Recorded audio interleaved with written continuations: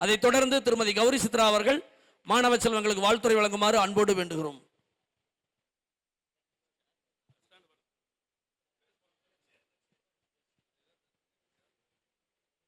பெருமைக்குரிய ஆசிரியர் பெருமக்கள் அனைவருக்கும், மாணவ செல்வங்கள் அனைவருக்கும் எங்களின் பணிவான வணக்கத்தை பாசத்துடன் தெரிவித்துக் கொண்டு, கொடுக்க கொடுக்க சிவந்த கரங்களாக அமரக்கூடிய நம்முடைய தலைவர்கள் அனைவருக்கும் நெஞ்சார்ந்த மனமார்ந்த நன்றி கலந்த வணக்கத்தை தெரிவித்துக் கொண்டு, இந்த மகத்தான ஒரு மாபெரும் விழாவை ஏற்பாடு செய்த ஜீவன் டிவி நிறுவனத்தாருக்கும் நகர ஆய்வாளர்கள் அனைவருக்கும் எனது பணிவான வணக்கத்தை பாசத்துடன் தெரிவித்துக் கொள்வதோடு உங்கள் அனைவரையும் வருக வருக என்று வரவேற்கின்றேன்.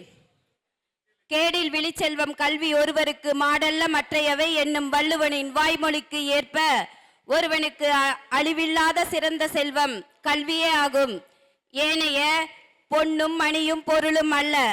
ஏழை, பணக்காரர், பகைவர்கள், திருடர்கள் இவர்கள் யாராலுமே அளிக்க முடியாத சிறந்த செல்வம் கல்வி செல்வமாகும்.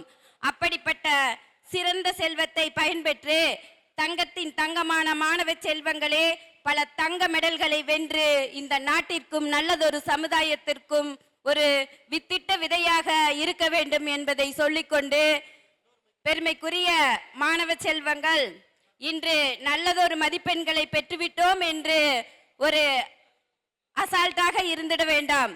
மென்மேலும் உயர வேண்டும் என்பதற்காக நல்ல முறையில் பயில வேண்டும். பெற்றோர்கள் ஒரு மாணவ செல்வங்கள் ஒரு சிங்கம் மாதிரி இருக்கக்கூடாது, ஏன்னா அசிங்கப்பட்டு விடுவோம். ஆனால் ஒரு மான்களை போன்று இருக்க வேண்டும். பாலைவனத்து மான்களுக்கு பற்றி ஒன்றை மட்டும் சொல்லிக்கொள்ள நான் கடமைப்பட்டிருக்கின்றேன்.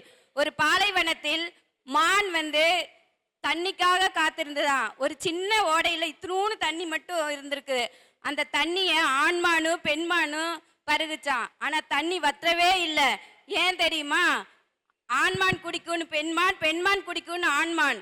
அந்த மாதிரி பெற்றோர்கள் தன்னுடைய மாணவ செல்வங்களுக்கு வழிகாட்டுதலாக இருக்க வேண்டும். கல்விக்காக எப்பாடுபட்டாலும் நாம் பட்ட கஷ்டங்கள் படக்கூடாது, தன் பிள்ளைகள் பட வேண்டாம் என்று பள்ளியிலே கல்விக்காக எப்படிப்பட்ட நலத்திட்டங்கள் கேட்டாலும் அவர்களுக்கு உற்ற துணையாக இருக்க வேண்டும், உறுதுணையாக இருக்க வேண்டும். செல்போனினால் பல நல்லதை கற்றுக்கொள்ள வேண்டும்.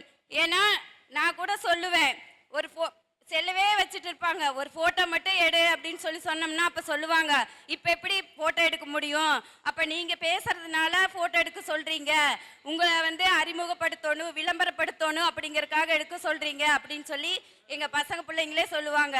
அந்த மாதிரி நன்மைக்கு மட்டும் பயன்படுத்த வேண்டும், தீமைக்கு அல்ல. அதாவது ஆசிரியர்கள் மாணவர்களை விட பெற்றோர்களை விட ஒரு மாணவருக்கு ஆசிரியர் தான் உற்ற துணையா இருக்கிறாங்க. அந்த ஆசிரியருக்கு நல் மதிப்பை பெற்றுத்தர வேண்டும். இன்னும் வாழ்க்கையில நல்ல உயரமான இடத்துக்கு நீங்க வரணும் அப்படின்னு சொன்னா அது கல்விதான். நல்ல முறையில பயின்று எனக்கு பேச வாய்ப்பளித்தமைக்கு நன்றி கூறி விடைபெறுகின்றேன். நன்றி, வணக்கம். வாழ்த்துறை வழங்கிய